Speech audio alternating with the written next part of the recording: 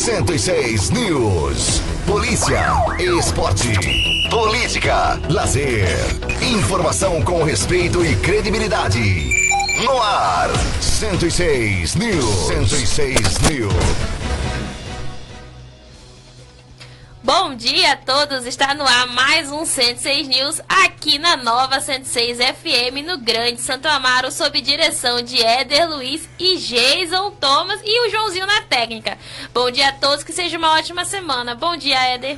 Bom dia para você que está em sintonia com a ZYT 607, canal 292, 106,3 FM.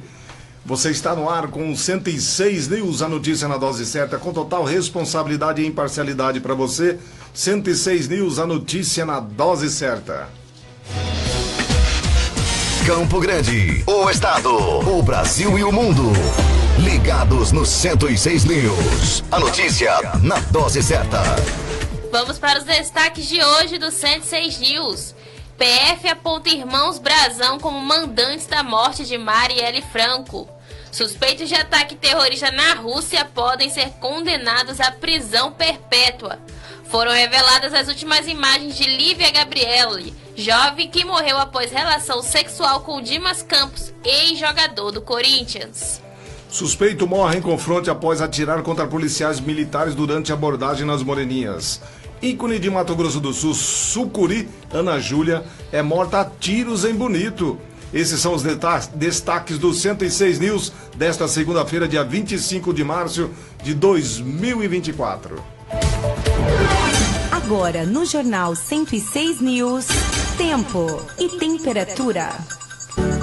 Nesta segunda-feira, na capital, o tempo será de sol e aumento de nuvens pela manhã, seguido de pancadas de chuva na tarde. Na noite, o tempo ficará aberto. A temperatura variará entre 22 e 27 graus Celsius, com sensação térmica entre 21 e 34 graus Celsius. O vento irá soprar uma velocidade de entre 7 e 13 km por hora na direção leste. Há probabilidade de 35% de chuva, com total de 5 milímetros. O índice UV será de 8, indicando níveis muito altos de radiação V. A umidade relativa do ar variará entre 62% e 95%, deixando o tempo bastante úmido. Agora são 7h05. Fique bem informado. Acesse nova106news.com. Por mandar a mãe de 43 anos ficar esperta e realizar ameaças com uma faca, rapaz de 25 anos foi preso em flagrante no sábado pela Polícia Militar em Taquarussu.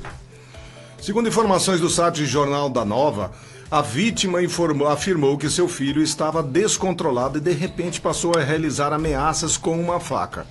A situação aconteceu durante uma discussão entre ela e o filho, quando o indivíduo teria dito para ela ficar quieta, ficar esperta e tomar cuidado, onde foi até o carro pegar a faca e colocar na cintura.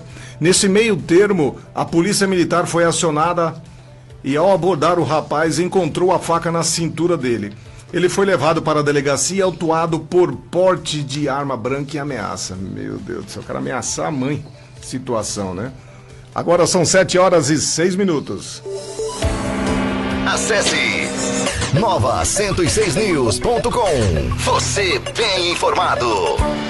Micael dos Santos Nunes, de 21 anos, morreu após um confronto com policiais da Força Tática da Polícia Militar na madrugada deste domingo, dia 24, no bairro Moreninhas 2, em Campo Grande. Conforme o boletim de ocorrência, os militares faziam rondas pela região quando viram um suspeito, usando um casaco branco.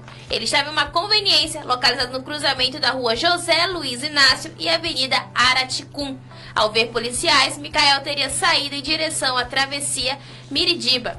Segundo o registro policial, a equipe o seguiu e viu o momento em que ele pegou algo escondido na cintura.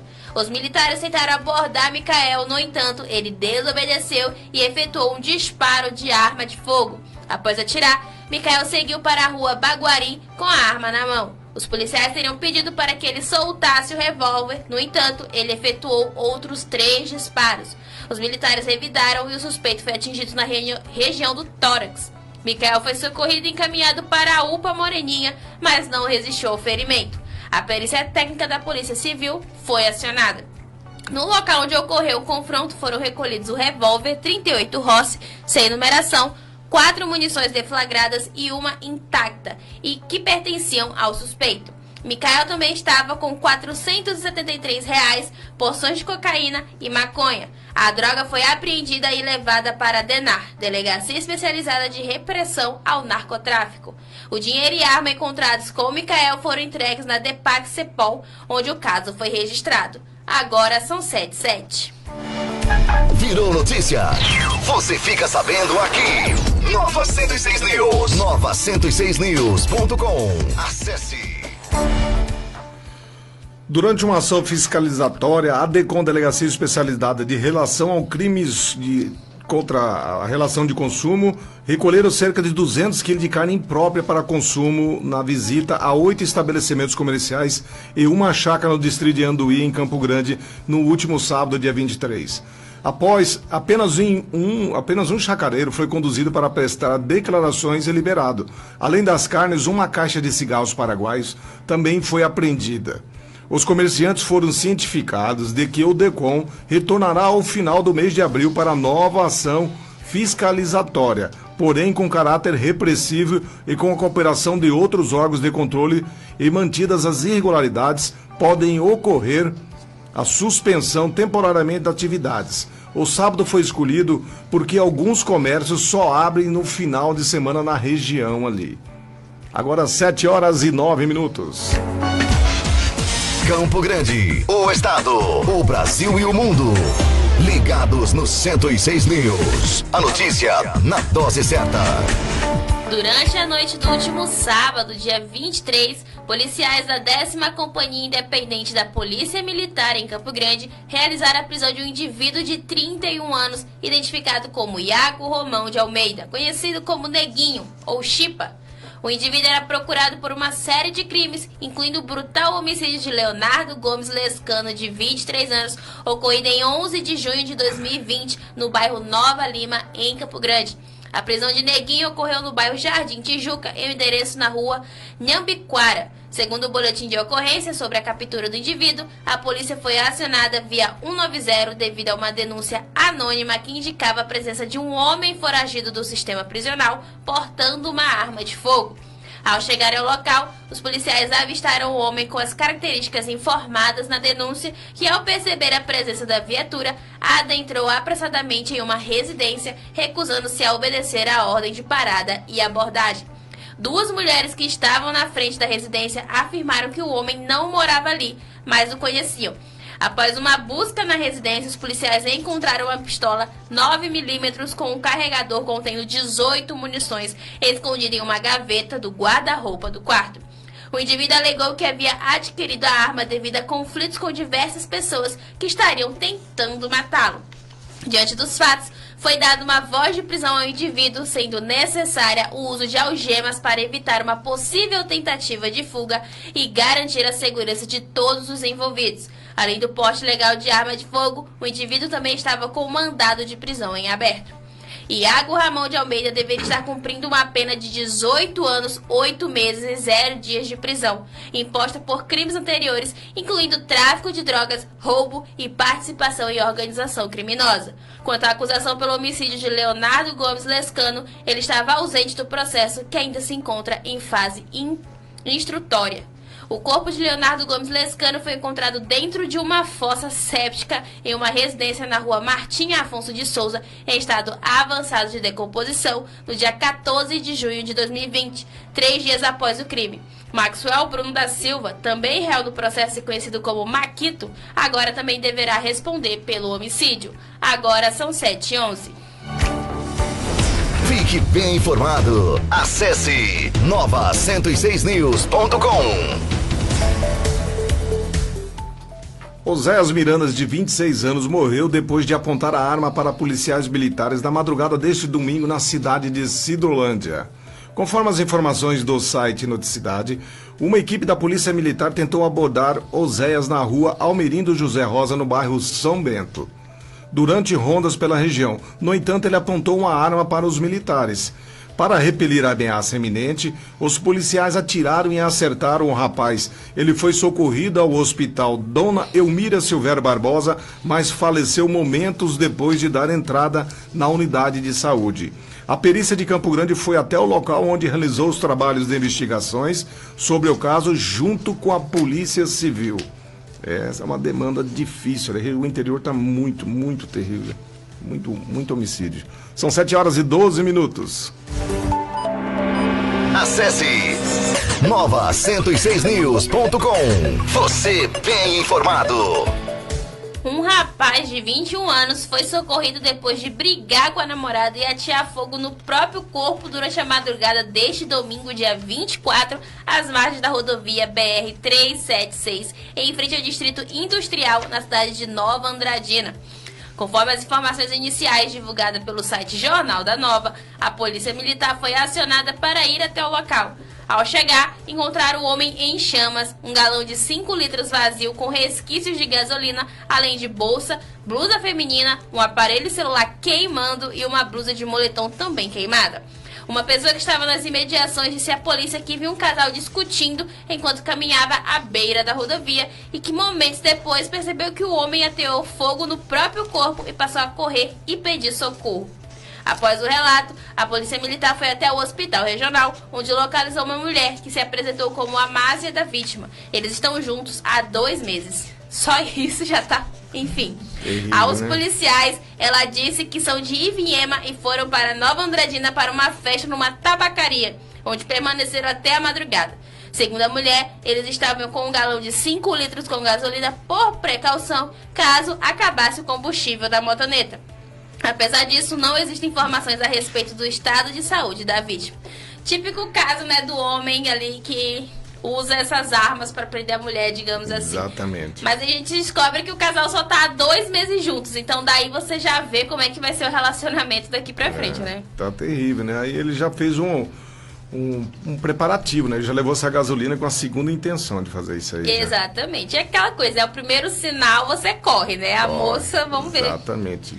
Mas atear fogo no próprio corpo é... O que ele queria? Morrer. Inexplicável, né? Tá morrendo... Infelizmente, o pobre rapaz, ele estava com um distúrbio psicológico grave que não foi detectado por quem estava perto dele, infelizmente. Exatamente. Né? Hoje em dia, relacionamentos são muito perigosos, né? Você tem que ter muito cuidado com quem você vai se relacionar, né? Exatamente. Terrível. Agora são 7h15. Virou notícia. Você fica sabendo aqui. Nova 106 News. Nova106news.com. Acesse. A Polícia Federal concluiu que os irmãos Domingos e Chiquinho Brazão contrataram o ex-policial militar Rony Lessa para executar a vereadora Marielle Franco em 2018. Na ocasião, o motorista dela, Anderson Gomes, também foi morto. A conclusão está no relatório final da investigação divulgada após o ministro Alexandre de Moraes do Supremo Tribunal Federal retirar o sigilo do inquérito. Domingos Brazão, conselheiro do Tribunal de Contas do Rio de Janeiro, e Chiquinho Brazão, deputado federal, ambos irmãos, foram presos na manhã de ontem por determinação de Moraes. Para a Polícia Federal, o assassinato de Marielle está relacionado ao posicionamento contrário da parlamentar aos interesses do grupo político liderado pelos irmãos Brazão, que tem ligação com questões fundiárias em áreas controladas por milícia. Os indícios de autoria imediata que recaem sobre os irmãos Domingos Inácio Brazão e José Francisco Brazão são eloquentes, com base na dinâmica narrada pelo executor Rony Lessa e pelos elementos de convicção angariados durante a fase da corroboração de suas declarações. Extrai-se que os irmãos contrataram 2 serviços para a consecução do homicídio da então vereadora Marielle, disse a Polícia Federal no relatório. No documento, os investigadores mostraram que o plano para executar Marielle contou com a participação de Rivaldo Barbosa, ex-chefe da Polícia Civil do Rio. Segundo a Polícia Federal, Rivaldo planejou meticulosamente o crime. Barbosa também foi preso na operação desta manhã. Se mostra indubitável a conclusão de que Rivaldo Barbosa instalou na Diretoria de Divisão de Homicídios um verdadeiro balcão de negócios destinado a negociatas que envolviam a omissão deliberada ou destinada às negociatas que envolviam direcionamento de investigações para pessoas que sabiam ser inocentes. Para tanto, Rivaldo fez negócios com contravetores milicianos e, como se vê no caso em tela, políticos no afã de locupletear financeiramente e politicamente, afirmam os investigadores. Planejamento. Durante as investigações, a Polícia Federal avaliou provas e os depoimentos de delação dos ex-policiais Rony Lessa e Elson Queiroz, para finalizar o detalhamento dos primeiros passos do planejamento do assassinato. Conforme o relatório, as tratativas ocorreram de forma clandestina em breves encontros em locais desertos. A primeira reunião ocorreu em 2017, quando, segundo a Polícia Federal, os irmãos Brazão contrataram Edmilson Macalé, pessoa identificada como miliciano que atua na zona oeste do Rio de Janeiro e próximo aos mandantes. Em seguida, Macalé convidou Rony Lessa para participar da empreitada criminosa. E as armas e os veículos usados no crime foram providenciados. Diante do teor da proposta, Macalé convidou Rony Lessa, notório sicário carioca, ou seja, sicário, para quem não sabe, é assassino, para a empreitada criminosa que, seduzido pela possibilidade de se tornar um miliciano detentor de uma extensa margem territorial, aceitou o convite e ambos foram à primeira reunião com os irmãos, detalhou a investigação. Que coisa de louco. Aí eu falo para você, quem estava investigando é que estava acoitando, vamos dizer assim, né? Estava escondendo todos os fatos. E houve várias narrativas. Inclusive eu vi aqui, nesse caso aqui, que uma das narrativas que eles próprios fizeram foi um crime de ódio. Aí onde o pessoal ficou pegando no pé do Bolsonaro, da família Bolsonaro e dos outros elementos, inclusive esse Rony Lessa, o que ele fazia? Ele morava no mesmo condomínio que o Bolsonaro na época. Aí pegaram, angariaram aquele pobre coitado daquele recepcionista lá do condomínio e para falar que ele interfonou lá para o Bolsonaro autorizar ele a entrar. Olha que maldade, né?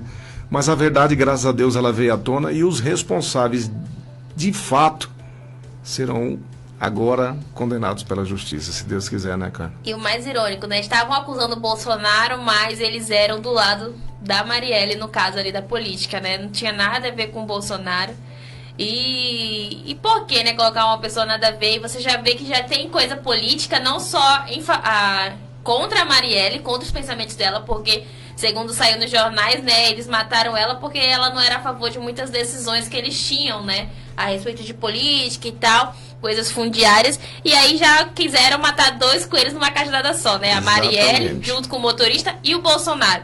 Mas aí a gente vê que o Bolsonaro não tinha nada a ver, né, muita gente do lado do PT, do lado contra o Bolsonaro, fala, foi o Bolsonaro sim, mas aí a gente descobre que não foi, e fica feio pro próprio partido, porque não tinha nada a ver com o Bolsonaro. Exatamente. Eram pessoas do lado da Marielle, pessoas que a gente nem cogitava, né, porque a gente sempre pensa que são o lado adversário, tentando, né, matar ali o outro lado, e no caso a gente é surpreso. A investigação da PF demorou aí, foi em 2018 o crime, né, mas felizmente foi solucionado. A esposa dela se manifestou já. Parece que um deles vai cumprir pena aqui em Campo Grande, saiu hoje de manhã, né? Já que não está decidido ainda. Temos que avaliar. Mas parece que a prisão dele já foi expedida, daí parece que eles já vão ficar presos. Porém, será que vai ter mais alguma coisa? Será que eles vão ficar presos, né? Porque são um peixão grande, né? Vai ter. Não, preso vai, veja bem. A Polícia Federal não teve o mérito dela para poder o seguinte, quando faz a delação. Esse fato foi esclarecido porque quem fez o crime, quem cometeu o crime, entregou todo mundo, ele fez a delação. Senão também não tinha chegado aos mandantes, da forma que chegou. E nesse caso aqui ainda tem muita água para correr, tem mais gente que vai vir que colaborou indireto ou indiretamente com esse crime aqui, e espera para você ver nos próximos dias mais nomes aí que vão ser citados com certeza, porque esses que caíram também vão fazer delação. Existe mais alguém que teve um propósito aí na morte dessa menina. Infelizmente, ela estava cobrando o quê? Um bem-estar da sociedade carioca. Aí ela foi tirada de circulação para evitar que o conflito de interesse deles fosse jogado na lona. E aí você pegar e jogar a culpa num presidente referente a uma situação dessa é uma covardia sem número. Até a Rede Globo você percebe que elas estão sem graça em dar notícia.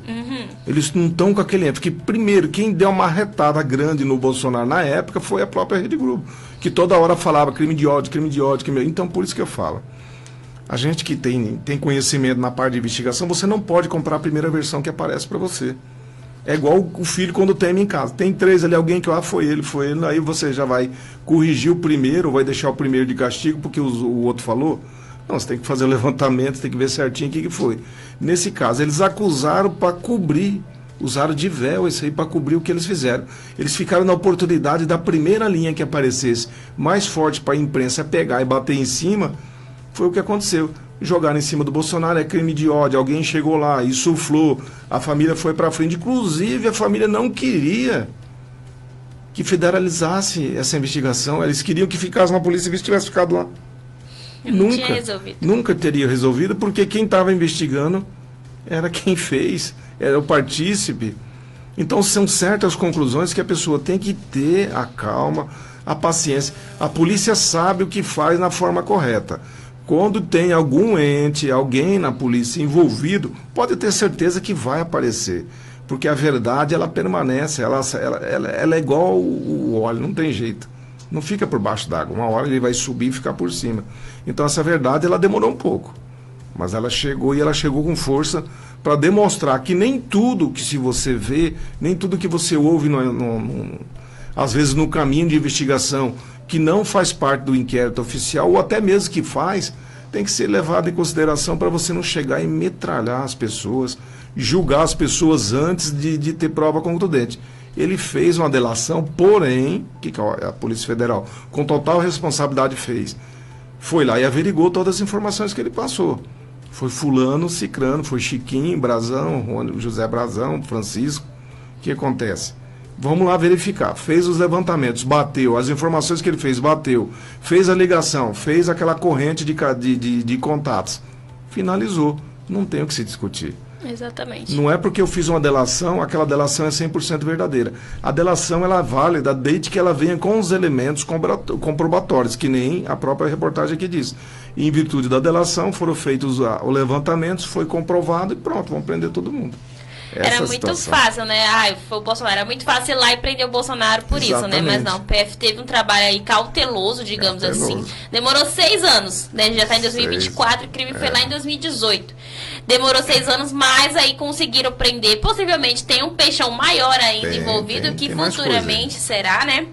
Mas foi descoberto. E o caso da Rede Globo é muito interessante, né? Porque jornalismo, teoricamente, ele tem que ser imparcial, né? Eu não posso chegar aqui e falar, eu sou a favor dessa pessoa porque isso. Não é isso. Ali você tá pra dar uma notícia, você não tem que comprar o partido. E a Rede Globo, a gente vê muito isso. Muito isso ultimamente no jornalismo, nos programas jornalísticos, né? Estão sempre ali tentando apontar o Bolsonaro. Não que o Bolsonaro seja santo. A gente sabe que o Bolsonaro não é nada santo, como o Lula também não é. Mas o jornalismo da Rede Globo perdeu muita credibilidade ultimamente, né? Envolvendo o caso de Marielle, envolvendo o caso de política, por causa dessa parcialidade. E é triste ver isso, porque são profissionais como William Bonner, como Renata Vasconcelos, grandes jornalistas que praticam esse ato, né? Mas aí a gente vê que, como você disse, né? A verdade sempre aparece. Demorou 6 anos? Demorou. Mas aí a gente vê que os irmãos Brazão são os culpados, que o Lessa também fez uma delação ali, né? Cansou de segurar o negócio, cansou de segurar o Rogério sozinho. Ameaças também para a família, né? Exatamente. Se vão machucar minha família, antes de machucar eu vou dizer quem é, porque se acontecer alguma coisa ele já sabe quem foi. Verdade. Então daí, quanto a essa parcialidade da imprensa, a imprensa tem que divulgar tudo que a polícia faz.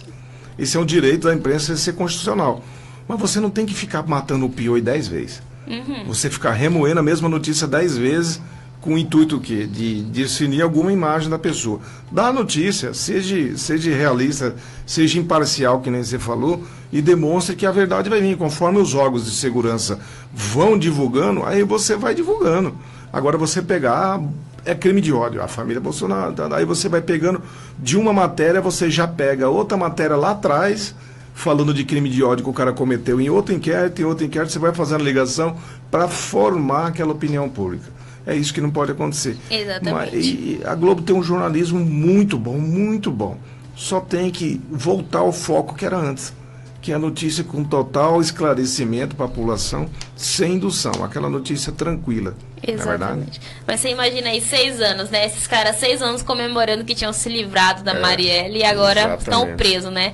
É sempre o cavalinho, sempre você cai do seu cavalinho, né? Exatamente. Agora quem tá rindo são a família ali, que rindo não, né? Acho que um pouco aliviados, né? agradecidos, né, de terem descoberto quem tirou a Marielle e o Anderson deles, né? Mas agora são 7h27. Campo Grande, o estado, o Brasil e o mundo. Ligados no 106 News. A notícia na dose certa.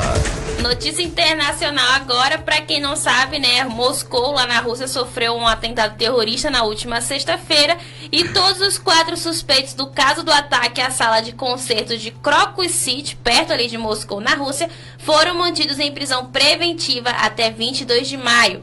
Eles são acusados de cometer um ato terrorista de acordo com os tribunais de jurisdição geral da cidade de Moscou, que, segundo o Código Penal russo, é punível com prisão perpétua. 3 dos réus se declararam culpados de todas as acusações. Segundo a agência de notícias estatal TASS, que é lá da Rússia, todos os 4 são do Tajiquistão, uma ex-república soviética, e estiveram na Rússia com vistos temporários ou vencidos. Cada um deles foi levado ao tribunal individualmente ontem. O ataque de sexta-feira deixou pelo menos 137 mortos e é considerado o ataque mais mortal da Rússia em 20 anos. O presidente russo Vladimir Putin acendeu uma vela no domingo em memória das vítimas do ataque mortal na sala de concertos na região de Moscou. Putin também expressou condolências após o tiroteio em Moscou, chamando-o de ato terrorista bárbaro em um comunicado em vídeo divulgado no último sábado. Bom, nenhum grupo terrorista ainda assumiu a culpa, né? Os acusados que estão presos não falam. Assumiu. Assumiram? Assumiu, é o Estado Islâmico lá. Ah, tinha que ser, né? É, Estado Islâmico. O que acontece? Aqui é a mesma coisa, que eu falo pra você, tanto político, os políticos têm essa mania, né? O Putin que falou, não, é o pessoal lá da Ucrânia que mandou aqui, que fizeram atentado. Aí, o que eu falo, Deus pôs a mão, né? Falou, muita gente vai morrer inocente porque ele vai querer atacar com mais força. O Estado Islâmico foi lá, falou, não, fomos nós que mandamos o ataque, em virtude disso e daquilo. Aí ele falou, não, mas eles atacaram, mas quem ia dar o respaldo pro pessoal fugir era o pessoal da Ucrânia. Aí não era. Não era. Criar uma narrativa para poder ter um álibi, para poder atacar mais ainda a Ucrânia. São situações adversas. Infelizmente, muita gente morreu e esse Estado Islâmico, enquanto não tiver uma força, tarefa dos países ali, daquela região ali da Arábia, aqueles países ali, para poder ter um confronto maciço contra esses terroristas aí, porque o cara fala que é em amor a quem? Em amor ao inimigo, né? Que é inimigo de Deus. Só pode, porque você não mata por amor. O amor não leva ao ódio dessa maneira, né? A gente não consegue compreender essa situação. Lembrando que na hora que saiu, que estourou essa notícia da Rússia, os Estados Unidos já falou, né? Não foi a Ucrânia. Mas como tá em guerra ali, né? O Putin não ia achar que era outra pessoa ali, já foi, né? Ele ia aproveitar, deixa, Exato. né? Mas o Estado Islâmico nunca escondeu o que eles fazem, né? Sempre quando eles fazem alguma coisa, eles aparecem e falam que foi eles. Porque eles têm uma força armada ali boa, né? E ninguém conseguiu derrotar eles até hoje. É ramificação em vários países ali, né? Exatamente. Então, eu até, quando saiu a notícia, eu já até imaginava que tinha sido eles. Mas o Putin queria que, no fundo, ele queria que fosse a Ucrânia. Exatamente. Ele queria um motivo para jogar uma bomba atômica, ali, alguma coisa nesse sentido, para detonar o país, infelizmente. Pra não ter, e graças a Deus não aconteceu isso, né? Porque se ele fosse um pouquinho mais rápido... Não, aí ele ia matar um monte de gente e depois ia vir, na verdade ele ia ser censurado mais ainda pelo mundo, né? Aí graças a Deus que ele falou, mas ele teve a parcimônia de aguardar um pouquinho até as conclusões ali, né? Ele aguardou para saber qual que era a reação do povo da ONU, dos países vizinhos. Aí, que ele devia estar atacando, ele não está atacando, que é o Estado Islâmico, Aí né? o barbudo doido chegou lá e falou, não, filho, fui eu. Calma aí, que nós estamos aqui. Nós que mandamos, o doido aqui da vez é o Estado Islâmico, então eles falaram desse jeito. Talvez seja uma hora aí do Putin ver quem é o verdadeiro inimigo da Rússia, né? Na verdade ele está atacando a Ucrânia de medo de um possível ataque que venha a sofrer pela União Europeia se a Ucrânia entrar lá. Olha só, eu tô batendo no meu filho, já pensando que ele vai teimar lá na frente. Olha que situação, que doideira, né? Uma ansiedade, né? Tá sofrendo por antecipação. Exatamente. Agora são 7h31. Apoio cultural, né?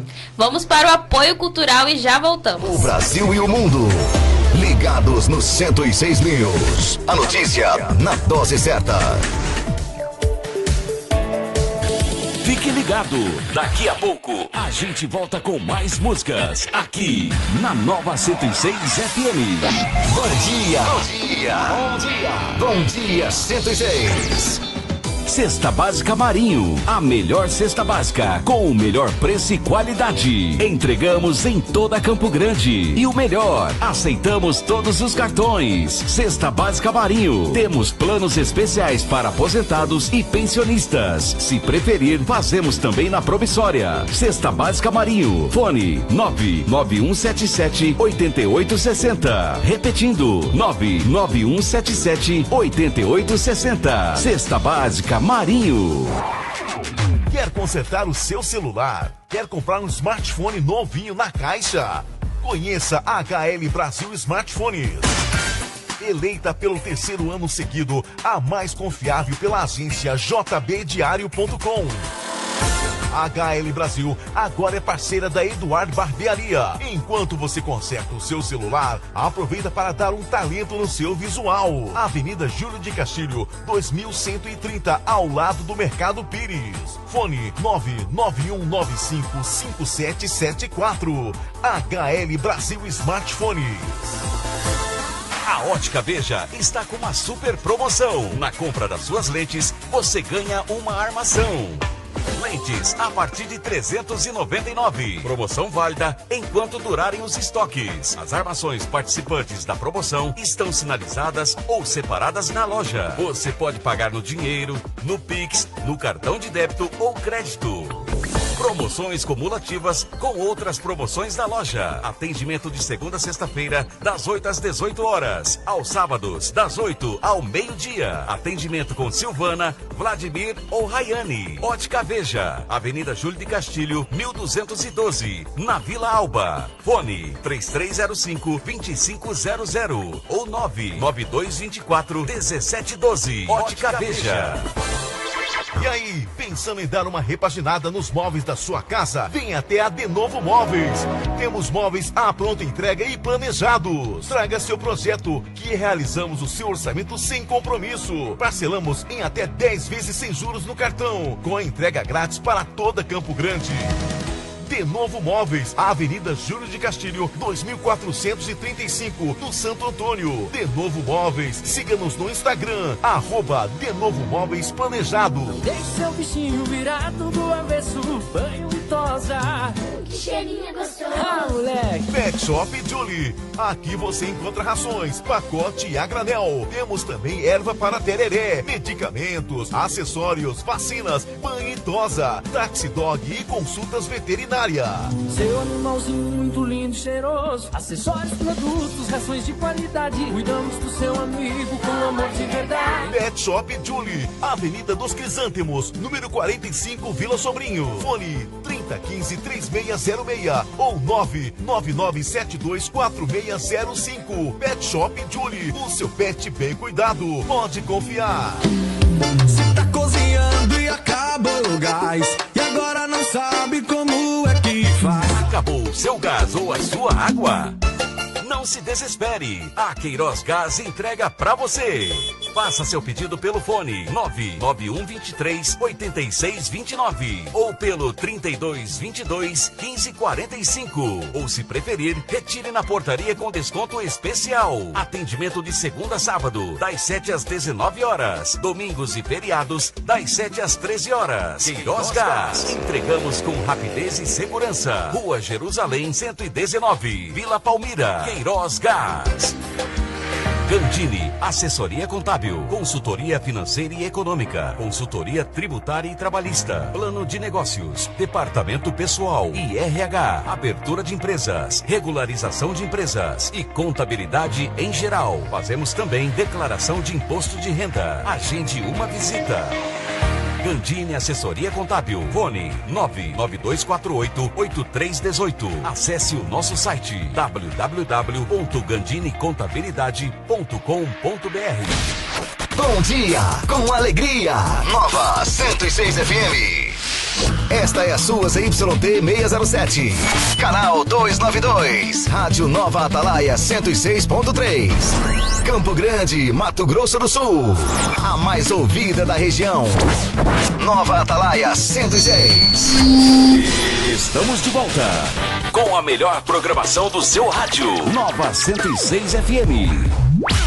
Nova 106 FM. Informa a hora certa. 7h37.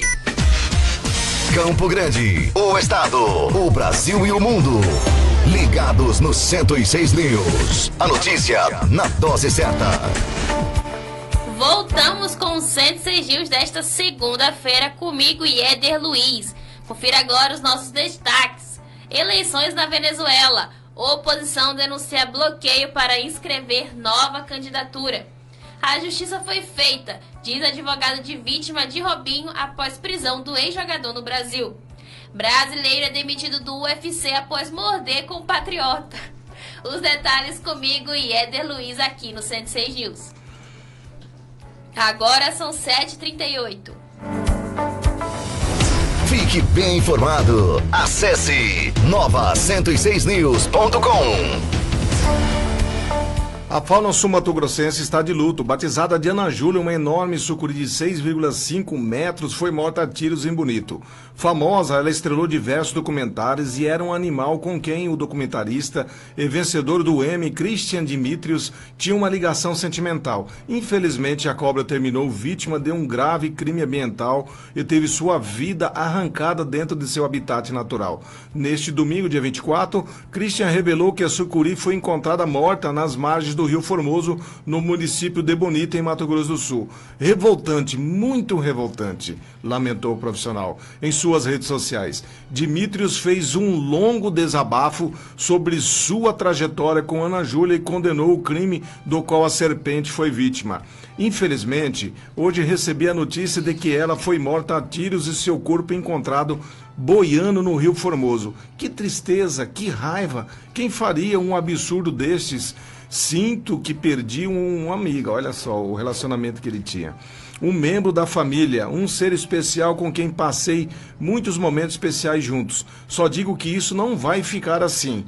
Vamos investigar, ir atrás dessa pessoa e ela terá que prestar contas à justiça. Justiça para Ana Júlia, disparou Christian ao anunciar a morte da sucuri. Ele ainda relembrou sua história com a serpente. Como muitos sabem, há quase 20 anos filmo sucuris na região de Bonito e nos últimos anos esses encontros se intensificaram a ponto de reconhecermos e até dar o nome a algumas fêmeas. Uma delas batizamos de Ana Júlia há cerca de 10 anos quando estava gravando para a BBC.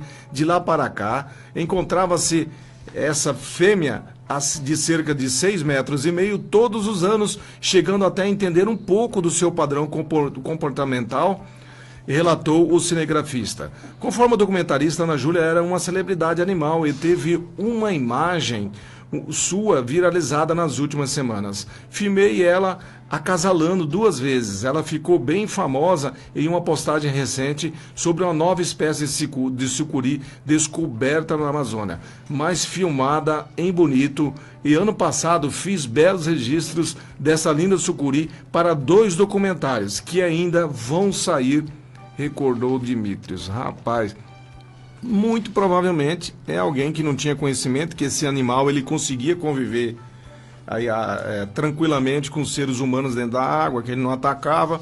A hora que ele avistou aquilo ali, ele já pensou que eu tenho um filho que vem aqui, alguém que vem tomar banho, e já não pensou 2 vezes em tirar a vida do animal. Infelizmente, hoje a pessoa tem que pensar 10 vezes, porque esse crime ambiental aqui, ele pode dar até 8 anos de cadeia fechada para esse cidadão que cometeu esse crime, que é absurdo. Pode ser até turista, né, também, que pode não ser. conhece. Turista assim, um pouco, turista se for do estado, algum policial que estiver lá, porque para você sair viajando com arma aí, geralmente é quase que certeza, nas hipóteses que a gente deduziu, 80% de alguém da região ali, na verdade. Exatamente, mas com certeza vai ter uma investigação, né? Vai ter um levantamento aí, né? Tranquilo para que chegue ao autor desse fato. São 7h41. Agora, no Jornal 106 News, tempo e temperatura. Continuando, vamos aqui para uma notícia que o Fantástico liberou ontem, já que o programa teve acesso com exclusividade às últimas imagens de Lívia Gabriele, a jovem de 19 anos que morreu após ter relação sexual com Dimas Cândido, ex-jogador do Sub-20 do Corinthians. São imagens das câmeras de segurança, também ajudam a entender um pouco mais sobre o que aconteceu naquele dia.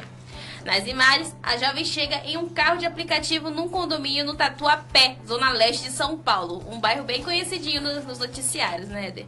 No dia 30 de janeiro de 2024. Ela liga e o rapaz aparece em seguida. Os dois não se cumprimentam e passam pela portaria. Só no elevador é possível ver um gesto de carinho.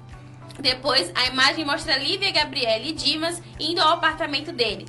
Não a imagem do que aconteceu dentro do apartamento. A polícia, o jogador disse que tiveram relação sexual com uso de camisinha, depois descansaram, conversaram e foram ter uma segunda relação. De repente, Lívia não respondia mais e percebeu que ela tinha desmaiado e que na hora ligou para o SAMU. Ele contou que o atendente o orientou a colocá-la de barriga para cima e massagear o peito até a chegada da ambulância, e que nesse momento notou que Lívia apresentava um sangramento nas partes íntimas. O caso é investigado como morte suspeita. A causa? Uma ruptura de fundo de saco de Douglas com extensão à parede vaginal esquerda. O Fantástico teve os laudos oficiais da conclusão da Polícia Científica do Estado. Os peritos não encontraram drogas nem bebidas alcoólicas no sangue de Lívia e não havia esperma no corpo dela, o que confirma o uso da camisinha. A jovem também não apresentava fraturas nem sinais letais de violência. O Fantástico pediu a 2 especialistas que explicassem as informações que constam dos laudos, já que há muitos termos técnicos. O laudo diz que a ruptura, o machucado, chegou a 5 centímetros de extensão. Muitas vezes isso pode acontecer sem muita dor e provavelmente só teve início a queixa com sintomas já de choque. Tontura, taquicardia, perda de consciência, completa Jairo e Valberg, um dos especialistas. Segundo os peritos, a lesão foi causada por objeto contundente sem especificar qual seria. O depoimento da médica do SAMU também o Fantástico teve acesso e ela disse: a ambulância não conseguiu entrar porque era mais alta que a cobertura do estacionamento do condomínio. Com equipamentos para atendimento de uma parada cardiorrespiratória, a equipe andou cerca de 100 metros até o prédio do jogador, que um elevador estava ocupado e o outro quebrado, que esperaram a chegada do elevador e foram ao 8º andar. Tinha que esperar, né? Imagina subir a escada. Não tem como. E no apartamento encontrou Dimas fazendo massagem cardíaca em Lívia e no telefone ainda com o atendente do SAMU. A partir daí a equipe assumiu a emergência. Uma imagem mostra que o socorrista foi até a ambulância pegar o outro equipamento. Era um reanimador manual usado em casos de insuficiência respiratória. A médica disse que o equipamento que a equipe tinha levado ao apartamento não estava funcionando bem. Contou ainda que naquele momento Lívia não havia apresentado sangramento ativo em nenhuma parte do corpo e que por isso não foi necessária nenhuma contenção. Disse ainda que a vítima teve 2 paradas cardiorrespiratórias no apartamento e decidiram removê-la. Lívia foi colocada numa colcha fornecida por Dimas. Quando chegaram ao estacionamento do condomínio, os socorristas trouxeram a maca que estava na ambulância. A médica disse que a equipe usou a colcha porque a maca não cabia no elevador. Do pedido de socorro de Dimas até a chegada de Lívia ao hospital se passaram 51 minutos, quase 1 hora. Ela teve mais 2 paradas cardiorrespiratórias e acabou morrendo. Segundo o advogado do jogador, os laudos deixam claro que houve consentimento e que não houve violência. É um absurdo a gente querer espremer para tentar buscar alguma coisa criminal contra Dimas. Ele foi testemunha de uma fatalidade. O advogado criticou a demora no atendimento do SAMU.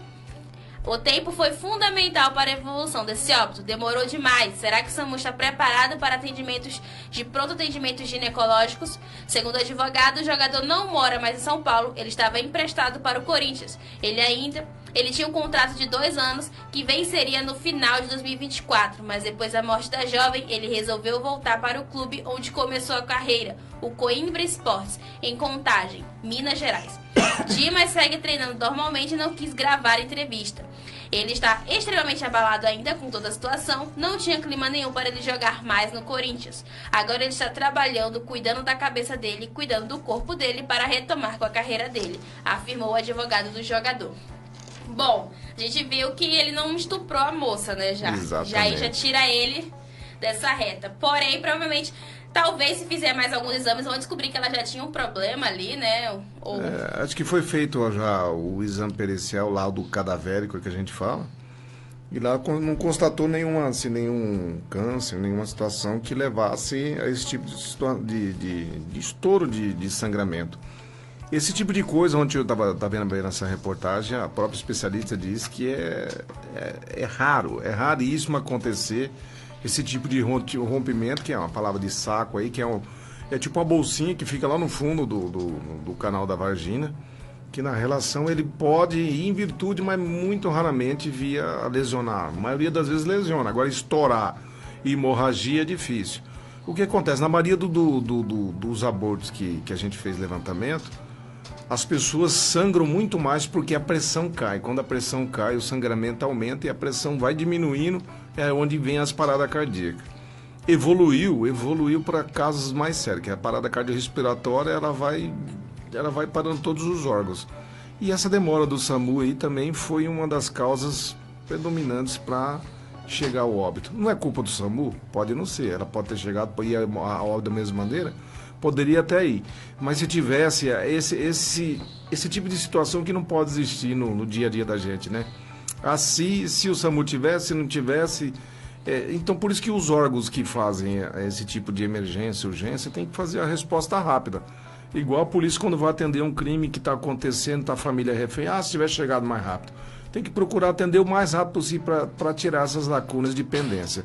Eu acho que o advogado está querendo jogar para cima do SAMU em algumas situações que não é necessário, que já ficou comprovado que o rapaz não teve dolo, que ele não teve culpa, ele chamou o SAMU, ele fez o atendimento, ele fez a massagem cardíaca, ele fez o que estava ao alcance dele.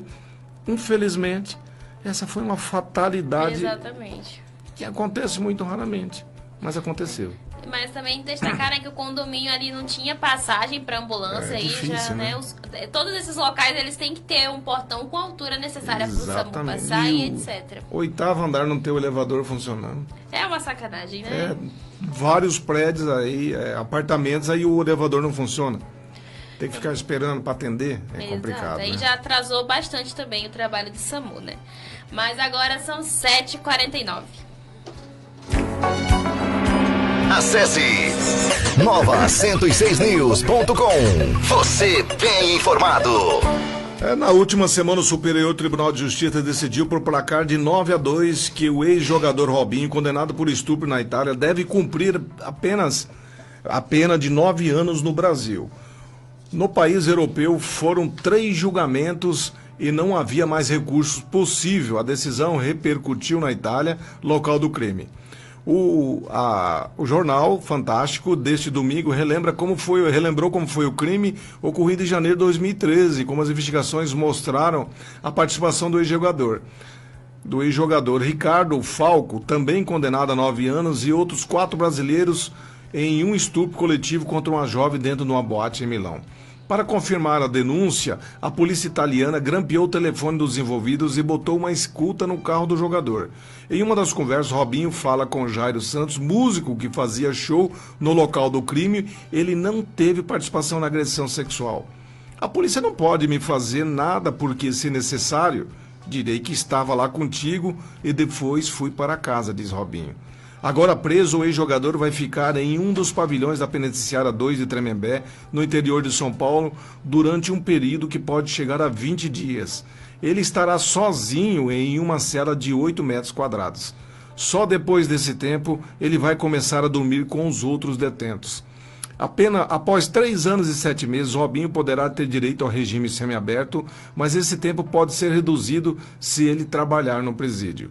O caso de Ricardo Falco, condenado junto com Robinho, ainda será analisado pelo STJ. Os outros 4 brasileiros envolvidos na agressão sexual não foram processados, porque já tinham retornado ao Brasil quando a investigação começou e não foram localizados pela justiça italiana.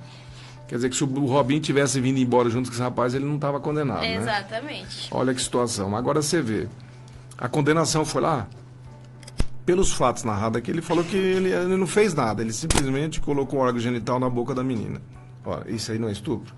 Sim. Ele, na dedução dele, o estupro é só a conjunção carnal. E o ato que ele fez mais repudiante é ele ter traído a mulher dele.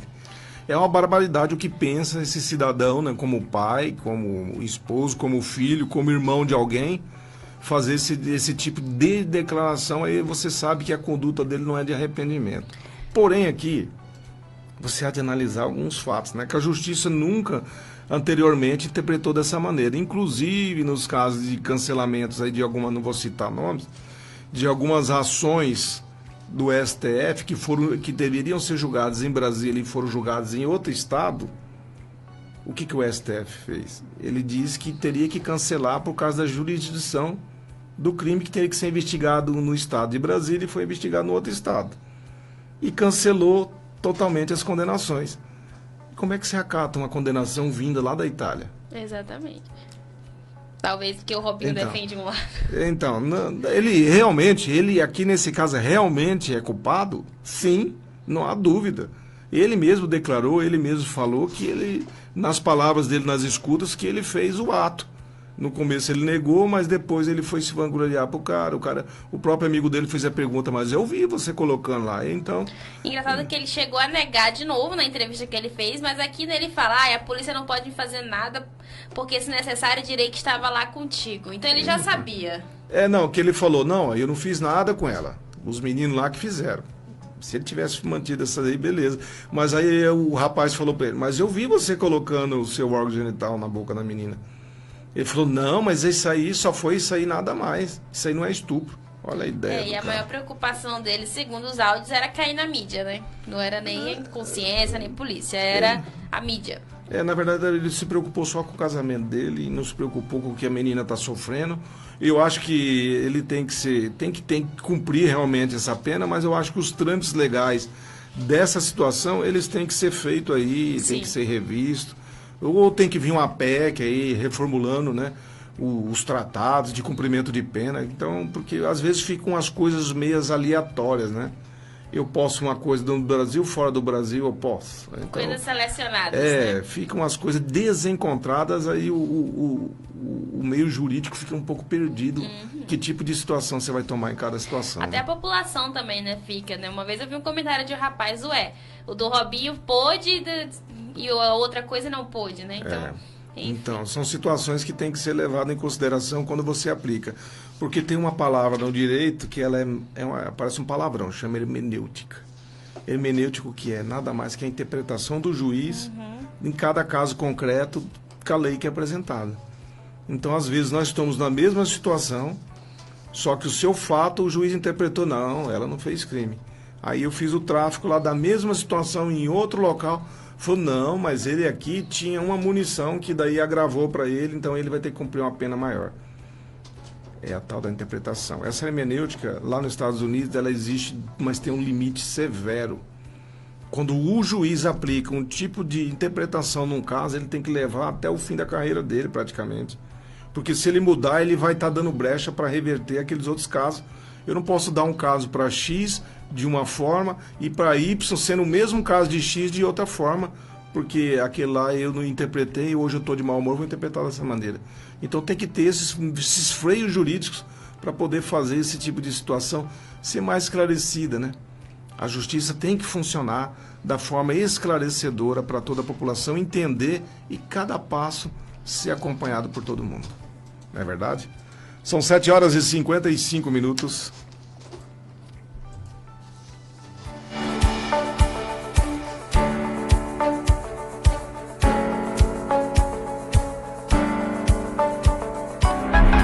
Acesse Nova 106 News. Nova 106 News. Nova 106news.com. Acesse. Mal anunciou a troca de candidatos para concorrer contra Nicolás Maduro nas eleições de 28 de julho na Venezuela, a plataforma unitária democrática, que reúne 10 partidos da oposição, denunciou que não consegue registrar a candidatura de Corina Yoris no Conselho Nacional Eleitoral. O prazo de inscrição de candidatos se encerra nesta segunda-feira e a coalização opositora diz que o acesso às inscrições está bloqueado à substituta de Maria Corina Machado. Impedida pelo regime venezuelano de concorrer, Maria Corina Machado desistiu da candidatura e anunciou a historiadora e doutora em filosofia Corina Yoris para substituí-la, numa demonstração de que a oposição está unida para enfrentar Maduro nas urnas. O Exército da Desinformação também entrou em ação e a nova candidata Corina Yoris precisou postar um desmentido categórico de que ela tem a dupla nacionalidade, o que poderia ser um impeditivo para disputar as eleições. Sua candidatura foi saudada como o produto de um consenso entre os opositores de Maduro. Mas a rota até as eleições é incerta, conforme alertou Benigno Alarcón Deza, diretor do Centro de Estudos Políticos da Universidade Católica Andrés Bello. Se o CNE rejeitar a candidata, essa nomeação não poderá ser substituída e a coalizão opositora poderá ficar fora do processo eleitoral. Com o controle das instituições legislativo, judiciário e forças armadas, Maduro detém sem dificuldades as rédeas desta corrida de obstáculos da oposição em vantagem nas pesquisas até as urnas. A gente já tinha comentado aqui, né, Éder, que o Maduro podia fazer isso e ele tá fazendo. Exatamente. Agora são 7h57. Acesse nova106news.com. Você bem informado. O lutador de UFC, Igor Severino, foi desqualificado de uma luta no último sábado, dia 23, após morder seu oponente, André Mascote Lima. Ambos são brasileiros e estreavam na organização. No segundo round da luta da categoria peso mosca em Las Vegas, Mascote foi agarrado por trás por Severino, até que o jovem lutador de 20 anos parece se inclinar e morder o braço esquerdo do oponente. Mascote soltou um grito e chamou a atenção do árbitro Chris Tognoni, que parou a luta e anunciou que Severino estava desqualificado, dando a vitória para o Mascote. O vencedor publicou fotos após o triunfo com uma marca de mordida visível no braço esquerdo. Segundo o jornalista especialista em artes marciais Kevin Lowry, o presidente da UFC, Danny White, afirmou por mensagem que Severino fora demitido da organização após o ocorrido. Eram dois lutadores invictos em ascensão, escreveu Donny White. Segundo Lowry, se você fica frustrado e quer deixar a luta, há muitas maneiras de fazer isso, mas morder o oponente é a pior coisa que você pode fazer. Agora você é cortado e perde a maior oportunidade de sua vida. Além disso, ele vai ter problemas reais com a Comissão Atlética de Nevada na sigla original, seguiu White. Olha que situação, o cara acabou com a carreira dele inicial porque baixou o espírito ali do Mike Tyson nele, ele que mordeu o outro. Que situação, não é verdade? Mas são situações que a pessoa, por isso que eu falo, você tem que refletir que às vezes é um lapso de tempo, você precisa de uma vida inteira para criar uma carreira, mas apenas de um segundo para você perder tudo aquilo que você construiu. Tem que ter calma no que você vai fazer, pense nisso. São 7h59. Campo Grande, o estado, o Brasil e o mundo. Ligados no 106 News. A notícia na dose certa. Após a vitória por 1-0 da seleção brasileira em cima da Inglaterra no último sábado, a seleção brasileira chegou a Madrid na noite de ontem e inicia a preparação para o amistoso contra a contra a Espanha em jogo válido pela data FIFA. Brasileiros e espanhóis se enfrentam amanhã. As duas maiores atrações para este confronto estão no setor ofensivo da seleção. Alvo constante de atos racistas por parte dos torcedores espanhóis, o atacante Vini Júnior está escalado para dar a entrevista coletiva nesta segunda-feira. Quem também ganhou os holofotes da imprensa local foi o Endrick, que foi o autor do gol na vitória contra a Inglaterra. O jogador, que já está vendido ao Real Madrid, se tornou o atleta mais jovem a balançar as redes no tradicional estádio inglês de Wembley.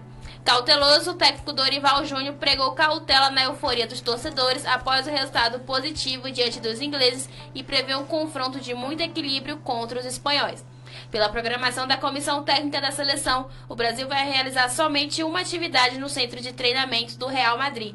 O trabalho vai ser feito no estádio Alfredo Di Stéfano nesta segunda-feira. Realmente tem que controlar as emoções, não é só porque ganhou uma que vai ganhar outra. Exatamente. Se Deus quiser, glória a Deus, a seleção voltou. Vamos ver. É verdade. Mas agora chegamos ao final de mais um 106 News. Esperamos vocês amanhã aqui na nossa bancada com mais notícias. Quero agradecer a todos, ao Joãozinho e ao Éder também pela parceria e até amanhã.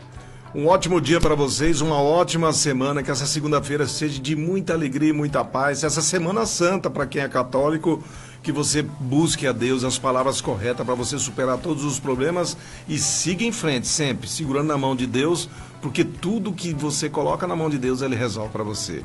Beleza? Um ótimo dia para você. Até amanhã com a nova edição do 106 News. Bom dia, Joãozinho. Bom dia, Carla. Até amanhã.